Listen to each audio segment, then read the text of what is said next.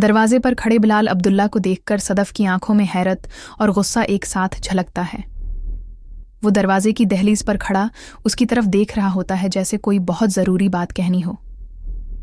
सदफ उसे नज़रअंदाज करने की कोशिश करती है, लेकिन बिलाल अब्दुल्ला कहता है, मुझे अंदर आने दो सदफ, आज सब कुछ साफ करना होगा।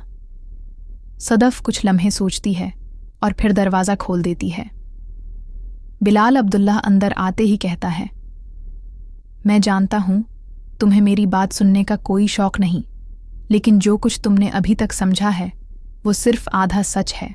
अमार ने जो किया वो गलत था, मगर तुमने भी खुद को हकीकत से दौर कर लिया है। तुम्हारी जंग तुम्हारे अपने जज्बात से है, न कि अमार से।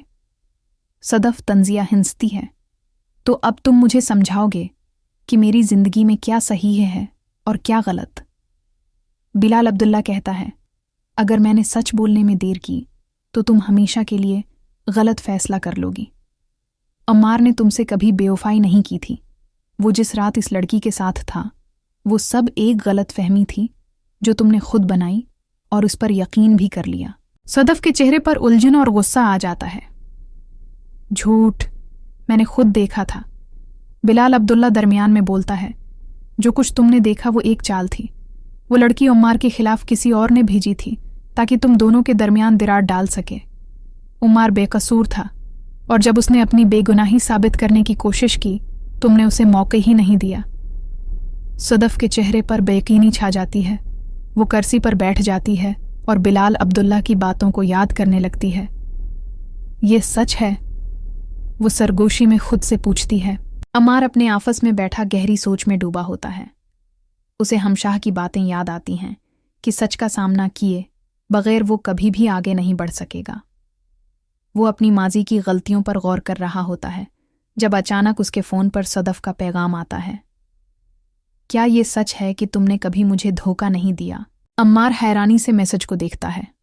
ये वो सवाल था जिसका जवाब वो हमेशा देना चाहता था, लेकिन सदफ ने कभी मौका ही नहीं दिया। वो फौरन जवाब देता है, हाँ, मैंने कभी तुम्हें धोखा नहीं दिया। अगर तुम्हें यकीन नहीं आता तो मुझसे आकर मिलो। दूसरी तरफ हमशाह अपने घर में बैठकर सोच रही होती है कि उसने फराज को सज़ा देने के लिए जो हरकत की वो ठीक थी या नहीं। फिराज की बेवफाई का बदला लेने के लिए उसने उसे डराकर भगा दिया, मगर उसके दिल में अब भी एक खला था। मोहब्बत में इंतकाम की गुंजाइश नहीं होनी चाहिए, वो खुद से कहती है। इसी दौरान दरवाजे पर एक और दस्तक होती है। वो दरवाज़ा खोलती है तो देखती है कि उम्मार खड़ा होता है। हमशा, मैं सदफ के पास जा रहा हूं। तुम्हें शुक्रगुजार होना चाहिए कि तुमने मुझे हकीकत बता दी। अम्मार कहता है। हमशाह मुस्कुराकर कहती है, मोहब्बत अगर सच्ची हो तो उसे रास्ता मिल ही जाता है, चाहे कितना ही वक्त लग जाए। जाओ और अपनी मोहब्बत को बचा लो। सदफ की बेयकीनी अब भी बरकरार होती है। वो अपने कमरे में जाकर पुरानी यादों को दोहराती है, वो लम्हे जब उम्मार ने उसके लिए अपनी मोहब्बत साबित करने की कोशिश की थी।